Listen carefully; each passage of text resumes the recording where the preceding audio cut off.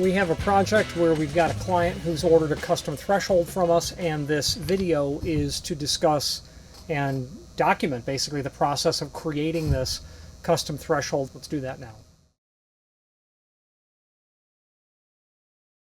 So today is the day that we actually will cut aluminum. I've got aluminum. I've got a sheet of it laid out on the machine. I've got an 8-foot by 4-foot by half-inch thick plate of aluminum. Before we do that, let's take a look at the 3 prototypes that I made and what was learned along the way. What I learned was MDF is really not a great item to prototype with, in the sense of, it's extremely flimsy, and I was admittedly using an upcut bit. So this was the first prototype, and I'm quite sure what I did was, I know that I did. I cut the bottom first, which means I would have ran my 140-degree V-bit here, and then I pocketed the rest. So this was half-inch thick. This is now about 1/4 inch. So it was a 1/4 inch pocketing done down the entire item. Well, when I flipped the sheet over and began running the other side, what I did first was ran this V-bit over here to give me that nice leading edge. Looks really great. Then I started the fluting on the top, and that's when the entire board just simply lifted up. And while you really can't tell very much here, I suppose, you can tell that it's curved. So the upcut bit just grabbed the workpiece and just sucked it up and went right through, and that was it. That was all. But what I learned about this was that the density of MDF gets lower as you get into the material.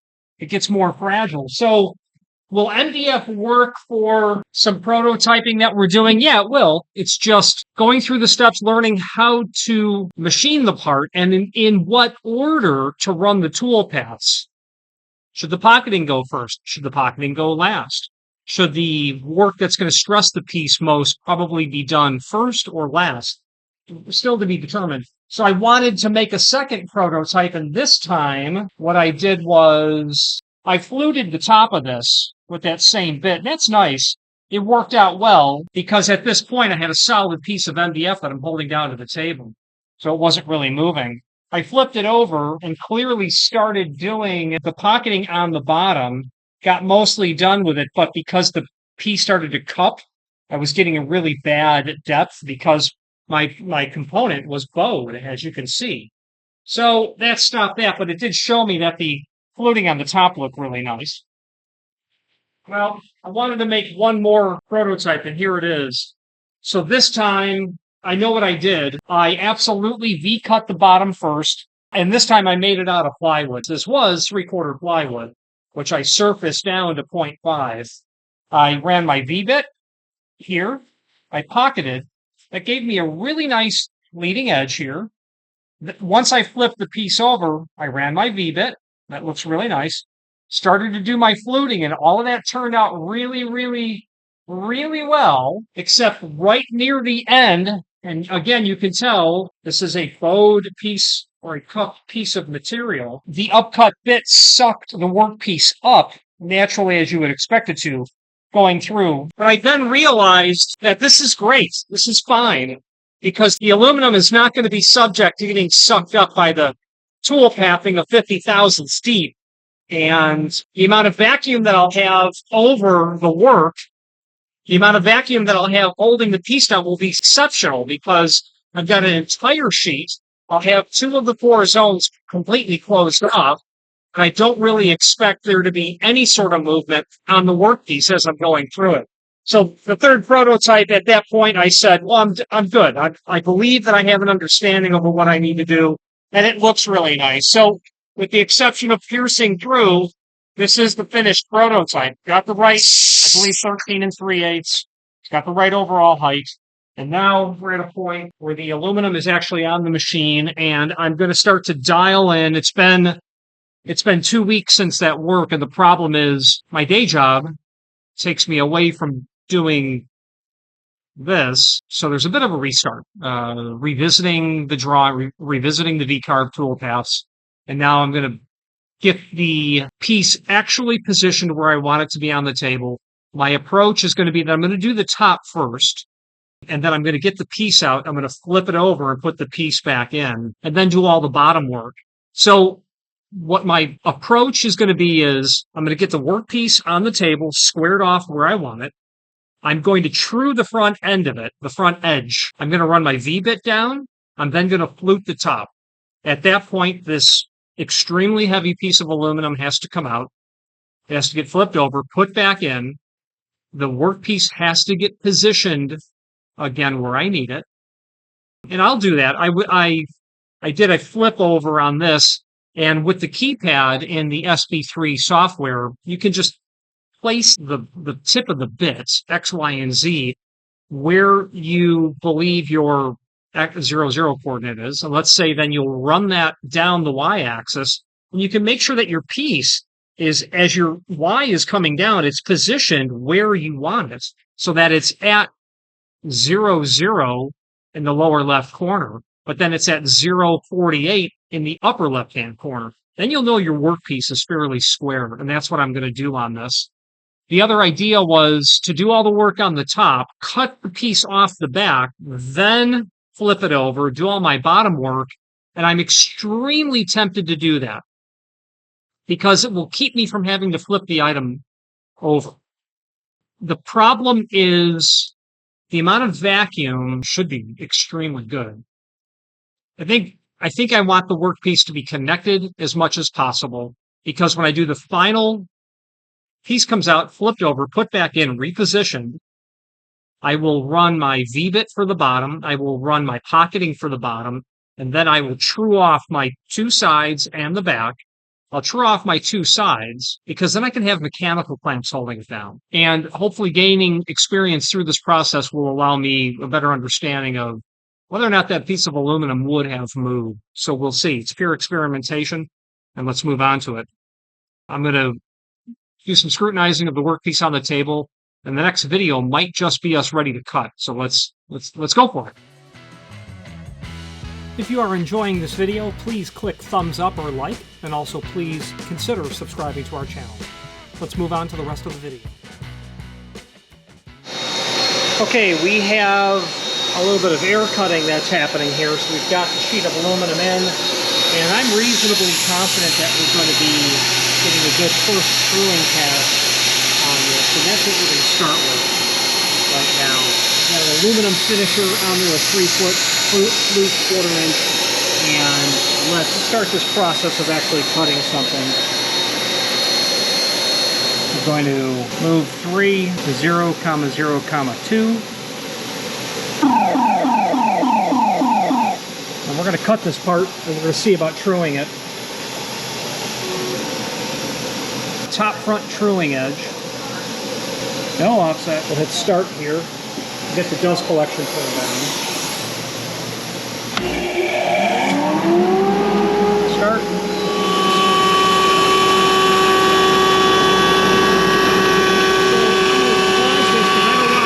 Going everywhere.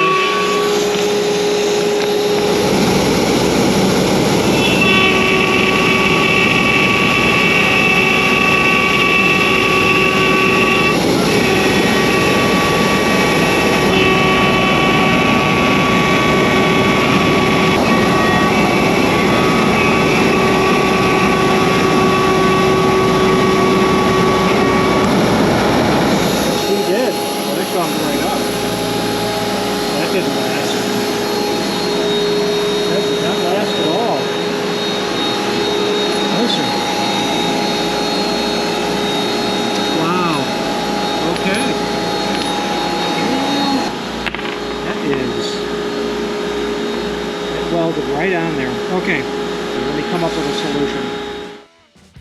If you've not hit subscribe yet, we would very much appreciate if you did, and hopefully you're enjoying this video. Now, let's get back to it. Here, the Vortex tube fully running.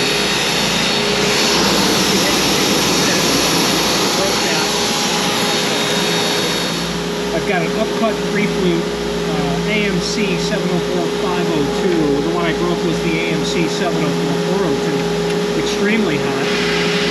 Gummy's a great word to use to describe this metal. We've got the air running.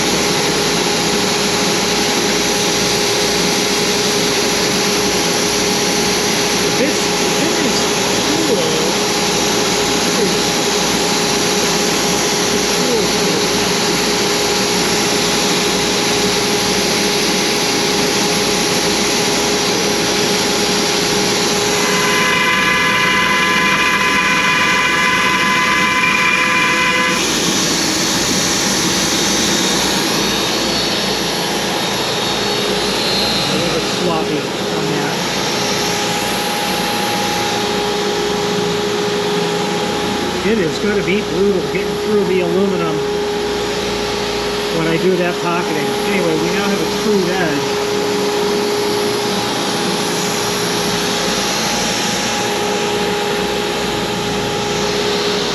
Let's bring the bit out and take a look.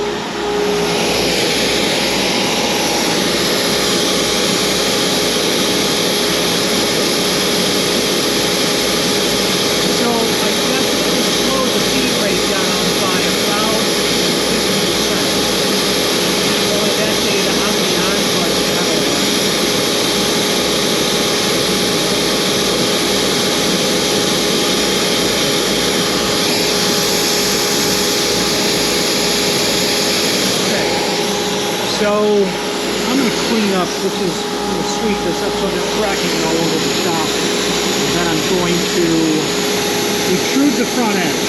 Now we're going to run the V-bit groove over this. I'm going to check my feet and speeds before we go on. Let's move on to that. If you've not hit subscribe yet, we would very much appreciate if you did, and hopefully you're enjoying this video. Now, let's get back to it.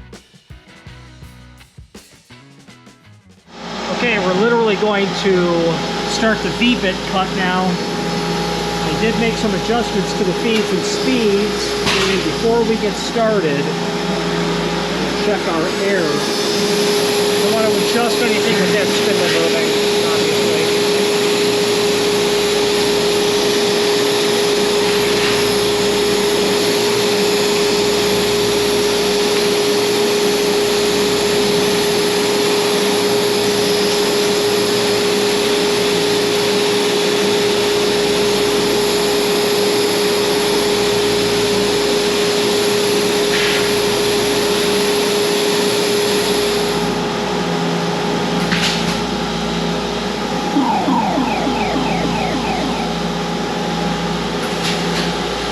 Okay, let it fly.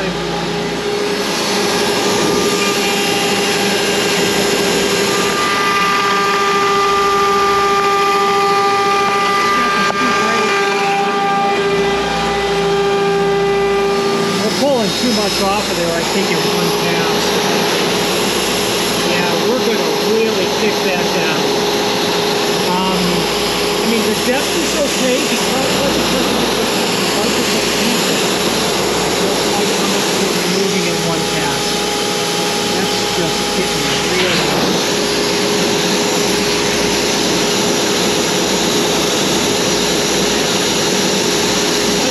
Let's change the. I'm gonna change the quantity of passes, so I will do that and come back. Okay, I've increased the quantity of passes by 50%, and that's going to bring that amount of aggressiveness quite down. So let's bring our tool back to home.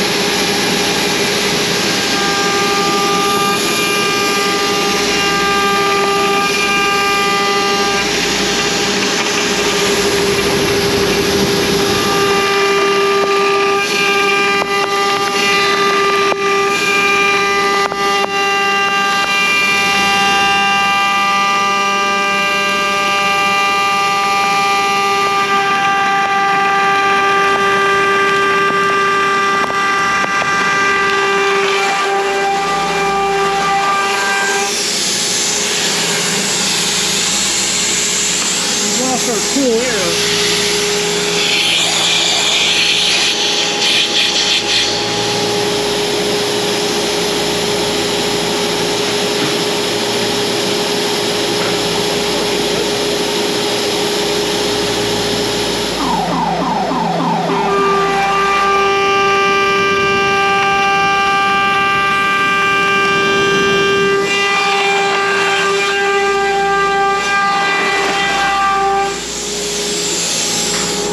Vortex tube keeps coming disconnected.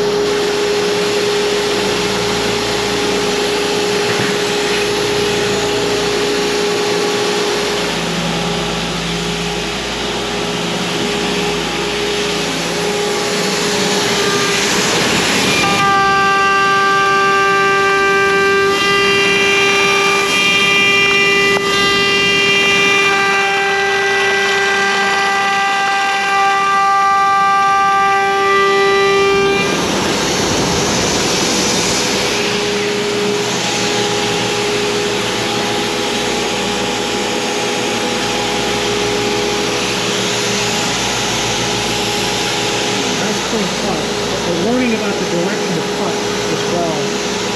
What we're learning about. The piece is quite cool.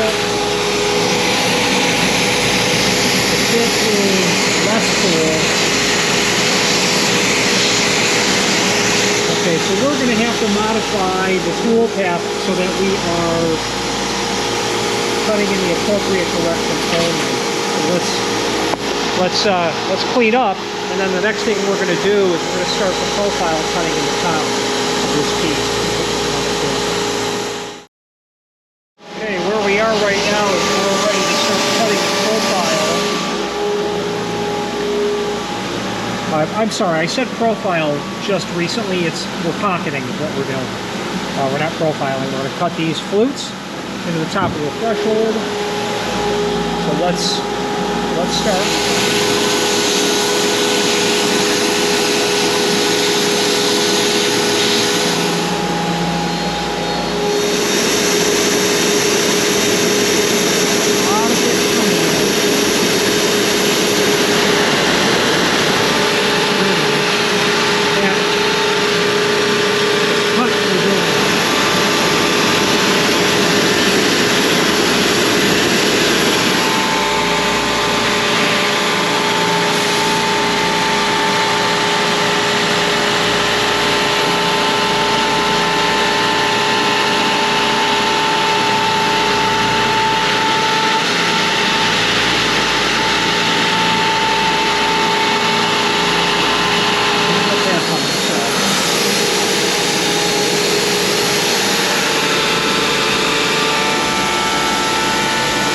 This run and I'm going to observe, and I'll bring it back when we get near the end.